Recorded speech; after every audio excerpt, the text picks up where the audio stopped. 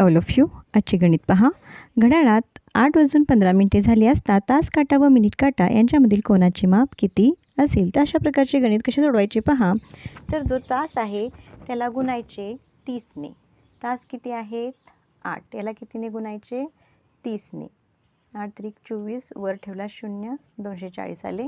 त्यानंतर जी मिनिटे आहेत किती आहेत? 15. त्याला गुणायचं 5.5ने आणि हा गुणाकार केला की आपल्याला उत्तर भेटते 82.5. आता या दोन्हींची करायची वजाबाकी आणि तोच काय असेल? या घड्याळातील मिनिट काटा व तास काटामधील कोण. तर पहा, 240 वजा पॉईंटच्या खाली पॉईंट 82.5 आणि याचे उत्तर येते 157.5 अंश. 157.5 अंश.